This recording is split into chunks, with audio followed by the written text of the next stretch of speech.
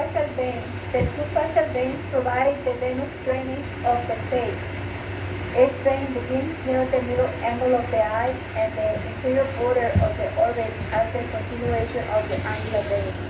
At the side of the nose, the facial vein receives external nasal vein and inferior palpebral vein from the nose and lower eyelid respectively. The facial vein runs infero-posteriorly throughout the face, posterior to the facial artery.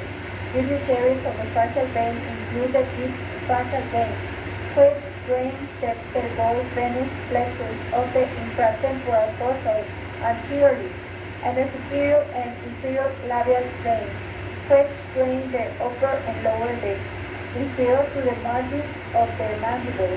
The facial vein is joined by the anterior communicating branch of the retromandibular vein. The facial vein drains directly or indirectly into the eye gate pipe at the middle angle of the eye. The facial vein communicates with the superior ophthalmic vein, which drains into the cavernous sinus. The facial vein also communicates with the cervical venous plexus. The superficial temporal vein. The superficial temporal vein begins from a widespread network of veins in the skull and along the zygomatic arch. The facial vein drains the scalp and forehead and receives tributaries from the veins of the temple and face. Near the auricle, the superficial temporal vein enters the parotid gland. Take a look in your atlas, the arteries of the face and scalp, and the veins of the face. The retromandibular vein. The retromandibular vein, formed by the union of the superficial temporal and maxillary veins, runs posterior to the ramus of the mandible and descends throughout the carotid gland, superficial to the external carotid artery, and deep to the facial nerve. The retromandibular vein divides into an anterior branch that unites with the facial vein and a posterior branch that joins the posterior auricular vein to form the external tubular vein. The lymphatic drainage of the face, the lymphatic vessels of the face accompany other facial vessels. Superficial lymphatic vessels accompany veins and deep lymphatic accompany arteries. All lymph from the head and neck eventually drains into the deep cervical group of lymph and node. A chain of lymph nodes surrounding the eye gate pipe in the neck. The lymph from the deep cervical lymph node passes to the jugular lymphatic trunk, which joins the thoracic duct on the left side of the eye gate pipe or rachiocephalic vein on the right side. And we find the lymphatic drainage of the face as follows. The lymph from the lateral part of the face, including the eyelids, drains inferiorly to the parotid lymph node. The lymph from the deep parotid node drains into the deep cervical lymph node. The lymph from the upper lip and lateral parts of the lower lip drains into the submandibular lymph node. And the lymph from the chin and lateral part of the lower lip drains into the submental lymph node.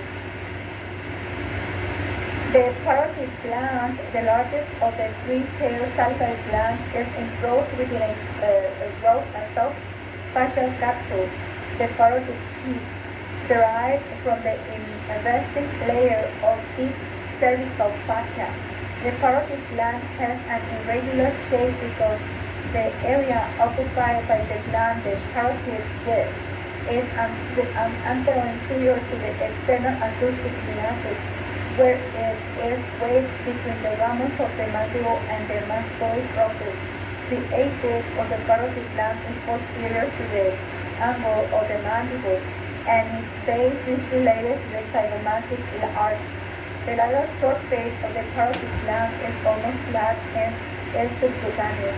The parotid does transfer horizontally from the anterior edge of the gland at the anterior border of the masseter and thus turns medially, pierces the buccinator and enters the oral cavity without a small orifice opposite the second maxillary molar tooth. The structures within the parotid gland from superficial to tooth are the facial nerve and its branches. The retromandibular vein and the external carotid artery on the carotid sheath and within the gland are carotid lymph nodes, which receive lymph from the forehead, lateral part of the eyelid, temporal region, lateral sources of the auricle. Anterior wall of the external acoustic meatus and the new ear. Lymph from the carotid node drain into the superficial and deep cervical lymph node. Innervation of carotid gland and related structures, the auriculotemporal nerve, a branch of TM5 is closely related to the carotid gland and passes superior to it with the superficial temporal vessel, the great auricular nerve, right, T2 and T3, a branch of the cervical plexus innervates the carotid sheath. The parasympathetic component of the glotopharyngeal nerve, CN9, supplies secretory fibers to the carotid gland, which are conveyed by the auriculotemporal nerve from the optic ganglion. Stimulation of these fibers produces thin, watery saliva. Sympathetic fibers are derived from the cervical ganglia throughout the external carotid nerve plexus on the external carotid artery. Sensory nerve fibers pass to the gland throughout the great auricular and auriculotemporal nerves. Take a look in your atlas, the lymphatic drainage of the face and scalp, and the relationship of the parotid gland on the left lateral view. The scalp consists of skin, normally hair-bearing, and subcutaneous tissue, which covers the calvaria. From the superior knuckle lines on the occipital bone to the supraorbital margin of the frontal bone. Laterally, the scalp extends over the temporal fascia to the zygomatic arch. The layers of the scalp. The scalp consists of 5 layers of tissue, the first 3 layers of which are connected intimately and move as a unit, right, which is when wrinkling the forehead and moving the scalp. Each bold-faced letter of the third scalp serves as a memory key for one of the 5 letters. The skin, thin except in the occipital region, contains many sweat and sebum glands and hair follicles. It has an abundant arterial supply and good venous and lymphatic drainage. The connective tissue, forming the thick, dense, richly vascularized subcutaneous layer that is well supplied with cutaneous nerves. The aponeurosis, the epicranial aponeurosis, a strong tendinous sheath that covers the calvaria between the occipitalis, superior auricular, and frontalis muscle collectively. These structures constitute the epicranial muscle. The frontalis pulls the scalp anteriorly, wrinkles the forehead, and elevates the eyebrows. The occipitalis pulls the scalp posteriorly and wrinkles the skin at the back of the neck. Loose connective tissue, somewhat like a sponge because of its many potential spaces that might distend with fluid resulting from injury or infection. This layer allows free movement of the scalp structure. The first 2 layers, skin, connective tissue, and epicranium aponeurosis over the underlying calvaria. The pericranium, a dense layer of connective tissue that forms the external periosteum of the calvaria. It is firmly attached but can be stripped fairly easily from the calvaria or living person except where the pericranium is continuous with the fibrous tissue in the cranial structure. Nerves of the scalp. Innervation of the scalp anterior to the auricle is dual branches of all three divisions of CN5. The brain terminal nerve posterior to the auricle. The nerve supply of the skull is from spinal cutaneous nerve C2 and C3. Take a look in your atlas. The skull, the calvaria, which is also the scopula, right, and the meninges. And also take a look at the arteries and nerves of the skull. The vasculature of the skull, the blood vessels run in layer 2 of the skull. The dense subcutaneous layers between the skin and the epicranial aponeuroses is osteophyte, a dense connective tissue in such a way that they tend to remain open when cut. Consequently, bleeding from skull wounds is possible. Arteries of the skull, the arterial supply of the skull is from the external carotid arteries throughout the occipital posterior auricle and superior facial temporal arteries, and from the internal carotid arteries throughout the supratrochlear and supraorbital arteries. The skull has a rich blood supply, and the arteries anastomose freely with one another in layer 2 of the skull.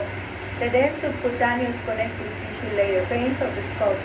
The venous drainage of the superficial part of the skull is throughout the accompanying veins of the skull arteries. The supraorbital and supratrochlear veins, which begin in the forehead and descend to unite at the medial angle of the eye to form the angular vein that becomes the facial vein at the inferior margin of the orbit. The superficial temporal veins and posterior auricular veins drain the skull anterior and posterior to the auricle, respectively. The posterior auricular vein often receives a mastoid emissary vein from the sigmoid sinus, a broad venous sinus. The occipital vein drains the occipital region of the skull. The venous drainage of this part of the skull in the temporal region is throughout these temporal veins that are tributaries of the cervical venous plexus. The lymphatic drainage of the skull. There are no lymph nodes in the skull. The lymph from this region drains into the superficial ring by the cervical colon. A lymph node, submandibular, carotid, mastoid, or retroauricular and occipital that is located at the junction of the head and neck. The lymph from this node drain into a deep cervical lymph node along the IG-5. The cranial meninges are internal to the skull, and the cranial meninges are to protect the brain, form the supporting framework for artery veins and venous sinuses, enclose a fluid-filled cavity, the subarachnoid, the leptomeningeal space, which is vital to the normal function of the brain. The cranial meninges consist of three layers: the dura mater, which is dura, and external dense fiber membrane. The arachnoid matter, which is known as arachnoid, an intermediate delicate membrane, and the pia mater, which is known as pia, an internal delicate vascular membrane. The meninges also enclose the cerebrospinal fluid, which is known as CSF, and help to maintain the balance of the extracellular fluid in the brain. The CSF is a clear liquid similar to blood in constitution. It provides nutrients but has less protein and a different iron concentration. The cerebrospinal fluid is formed by the choroid plexuses of the four ventricles of the brain. The CSF leaves the ventricular system and enters the subarachnoid space between the arachnoid and pia mater, where it fusions and nourishes the brain. The dura mater, which is the pachymeninx, which is formed out of vastus, which is thick, and meninx, which is membrane. 8. Is adherent to the internal surface of the skull, and it is described as a two-layered membrane, which is an external periosteal layer formed by the periosteum covering the internal surface of the calvaria, and an internal meningeal layer, which is a strong fibrous membrane, and that is continuous at the foramen magnum with the spinal dura mater covering the spinal cord. Understand that the periosteal layer of the dura is the periosteum lining the calvaria. It adheres to the internal surface of the skull, and its attachment is tenacious along the suture line and in the cranial base. The external periosteal layer is continuous at the cranial foramina with the periosteum on the external surface of the calvaria. It is not continuous with the dura mater or the spinal cord. The meningeal layer is intimately fused with the periosteal layer and cannot be separated from it. The fused external and internal layers of dura over the calvaria can be easily stripped from the cranial bone. When the superior part of the calvaria is removed at an autopsy, right, a blow to the head can detach the periosteal layer from the calvaria without fracturing the cranial bone. In the cranial base, the two thorough layers are firmly attached and difficult to separate from the bone.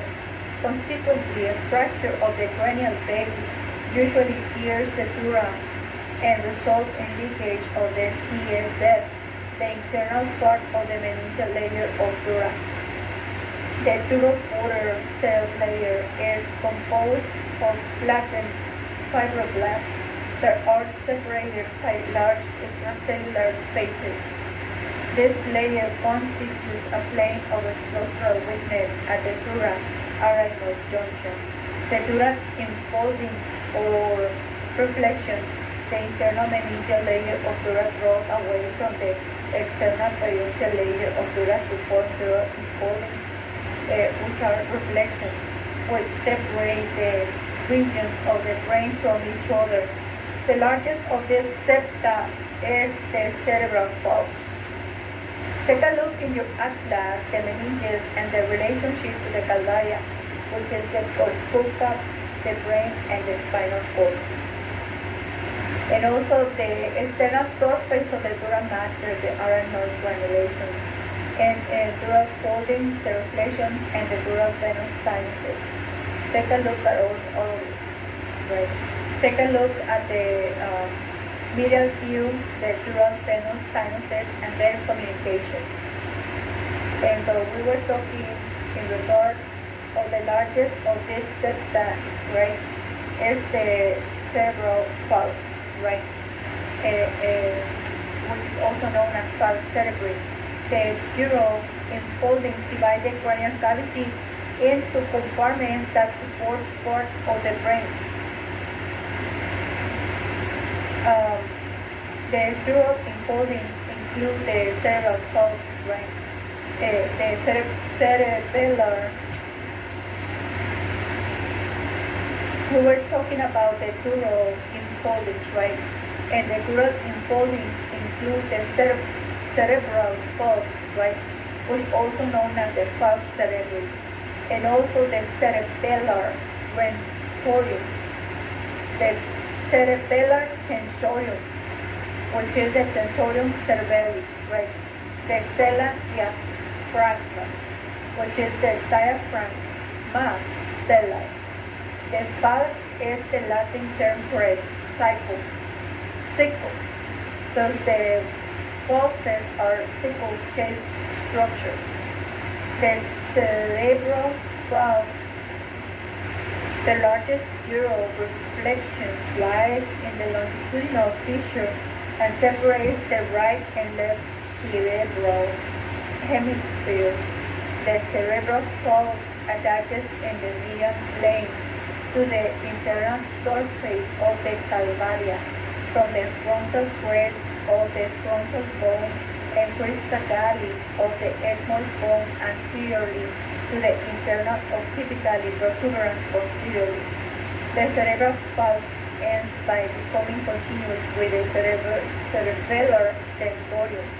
The cerebellar tentorium, the second largest dural enfolding, is a wide prosthetic septum that separates the occipital lobe of the cerebral hemisphere from the cerebellum. The cerebellar tentorium attaches posteriorly to the clinoid process of the sphenoid bone, posterolaterally to the petrous part of the temporal bone, and posterolaterally to the internal surface of the occipital bone and part of the parietal bone. The cerebral pulse attaches to the cerebellar tentorium and holds it up, giving it a tent-like appearance. The tent-like shape of the cerebellar tentorium divides the cranial cavity into supratentorial and infratentorial compartments. The supratentorial compartment is divided into right and left half by the cerebral sulcus. Its concave anteromedial border is free, producing a gap, the tentorial notch, or incisura of tentorium right, throughout which the brain stem extends from the posterior into the middle cranial fossa.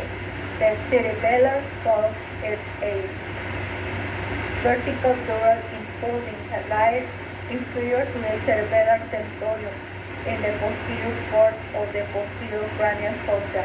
It partially separates the cerebellar hemispheres. The stellar diaphragm, the smallest dural enfolding, is a circular sheet of dura that is expanded between the clinoid processes, forming a roof over the hypophyseal fossa in the sphenoid bone. The stellar diaphragm covers the pituitary gland in this fossa and has an aperture for passage of the infundibulum, which is the pituitary bulb, and hypophyseal vein. The dural venous sinuses are endothelium-lined spaces between the periosteal and meningeal layers of the dura. They form where the dural septa attach. Large veins from the surface of the brain empty into these sinuses, and all blood from the brain ultimately drains throughout them into the IG5. The superior digital sinus lies in the convex attached border of the cerebral pulse. It begins at the crystal galley and ends near the internal occipital protuberance at the confluence of sinuses, a meeting place of the superior sagittal straight occipital and transverse sinuses. The superior sagittal sinus receives the superior cerebral vein and communicates on each side gauge lip-like openings with the lateral venous lacuna. Lateral expansions of the superior sagittal sinus. Arachnoid granulation, which is the collection of arachnoid villi, are a prolongation of the arachnoid that protrudes throughout the meningeal layer of the dura mater into the dural venous sinuses, especially the lateral lacuna, and effect transfer of CSF to the venous system. These small fleshy-looking elevations might be large enough to erode from common pits in the calvaria. These are usually observed in the vicinity of the superior sagittal transverse or from other dural venous sinus. Arachnoid villi or granulation are structurally adapted for the transport of CSF from the subarachnoid space to the venous system for more information. Right. Pero the inferior sagittal sinus, much smaller than the superior sagittal sinus, runs in the inferior concave three-quarter of the cerebral pulse and ends into the straight sinus. And the straight sinus, which is known as the sinus rectus, is formed by the union of the inferior sagittal sinus with the great cerebral vein. It runs into posterior along the line of attachment of the cerebral pulse to the cerebral sensorium where it joins the confluence of sciences, right? Let us just take a break right here and let us and we'll be back